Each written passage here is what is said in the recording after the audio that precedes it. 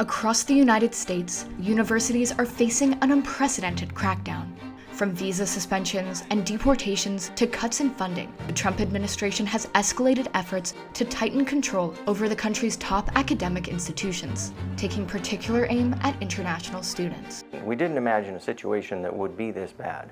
We know that President Trump hasn't been that supportive of academia in the past, but this has been absolutely unreal. The White House's latest move has been to suspend the processing of all student visas, part of a broader government plan to ramp up vetting of the social media profiles of international applicants, according to an internal government cable. We will continue to use every tool we can to assess who it is that's coming here, whether they are students or otherwise. The State Department has since said that a global suspension on visa processing for international students would be brief, but confusion and concern remains for students preparing to start class this fall semester.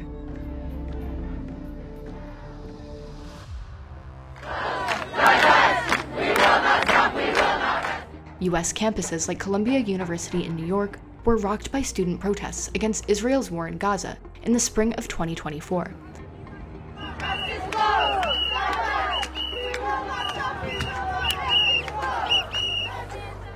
The movement saw campus buildings across the country occupied, lectures disrupted, and sparked accusations of anti-Semitism, becoming a flashpoint in President Donald Trump's effort to reshape higher education. Very anti-Semitic when you take a look, whether it's Columbia, Harvard, Princeton. I don't know what's going on. Several hundred international students across the country have been threatened with the cancellation of their visas. Others have been detained or arrested for reasons ranging from taking part in the pro-Palestinian protests to minor infractions. This is not a matter of simply violating university rules. This is a movement, an anti-war movement. These April 2024 images show Mahmoud Khalil, a lead student negotiator of the protests at Columbia. Almost a year later, on the 8th of March, he was detained in front of his pregnant wife, Noor Abdallah. He's not resisting. There's no need for this. Don't worry about it. You're going to have to come with us. Don't worry about it. Khalil held permanent residency at the time of his arrest. The Trump administration has moved to revoke his green card, accusing Khalil of activities aligned with Hamas. Right now! Right now! Khalil's arrest has triggered outrage from free speech advocates, who say such a move threatens core democratic rights. Mahmoud Khalil was speaking out against U.S. government policies. And I want to ask you all, is this a democracy if we can't speak out against the policies of our own government? A federal judge has now ruled the administration's efforts to deport Khalil are likely unconstitutional. And it's not only students who've been impacted.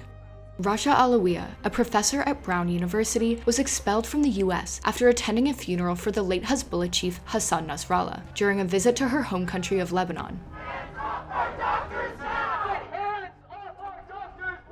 Rasha is the sweetest person. We've never had an issue with her in any way. She's an outstanding physician, outstanding person. She's a pleasure to work with, and we were horrified by this entire event. At a Senate hearing in May, Marco Rubio claimed to have revoked thousands of visas, largely those of students involved in pro-Palestinian activism. The Secretary of State has since vowed to aggressively revoke visas to students from China, a top source of students to the U.S. Rubio said he would particularly go after students with connections to the Chinese Communist Party or studying in critical fields. I think the point of the mass cancellations of visas, the revocation of lawful status without notice or process, and the immediate deportation of people, sometimes even including American citizens, it appears, I think that's just designed to create a climate of fear, and it has worked. It's worked astonishingly well, and unfortunately well.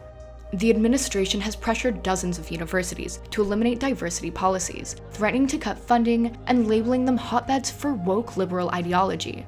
In March, the Trump administration cut $400 million in federal funding for Columbia University, accusing it of not sufficiently addressing anti-Semitism. Less than a week later, Columbia officials responded by stating they had issued suspensions, temporary degree revocations, and expulsions for students who had occupied a campus building during the 2024 Gaza protests. I myself was actually just expelled from Columbia 2 days ago for participation in the protest to end the university's complicity in the genocide in Palestine. And it's pretty egregious. While some universities have complied with the Trump administration's demands, Harvard has rejected submitting to wide-ranging federal oversight.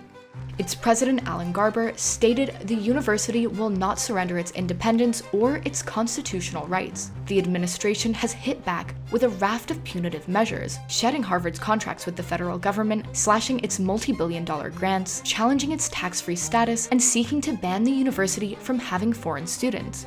Undeterred by the cuts, the Harvard president doubled down against the administration at an annual graduation ceremony.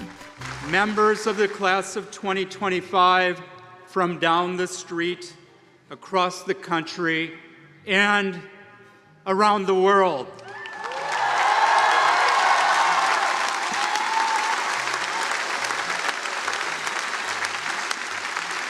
Around the world, just as it should be.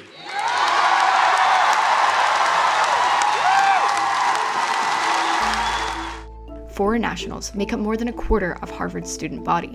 Their absence would mean major financial losses for the country's oldest university. Press our funding now, our friends. We will fight until this ends. Harvard's got to behave themselves. Harvard is treating our country with great disrespect. They've got to behave themselves. You know, I'm looking out for the country and for Harvard. I want Harvard to do well. I want Harvard to be great again, probably. With visa restrictions and research funding cut, top scholars are already eyeing opportunities abroad. In the 2023-24 academic year, more than 1.1 million foreign students were enrolled at U.S. campuses, a record number. Free speech is the center of society, and in this case, to see banned words impinging on the freedom of thought and expression directly from the government, astonishing. I never thought I would see that day.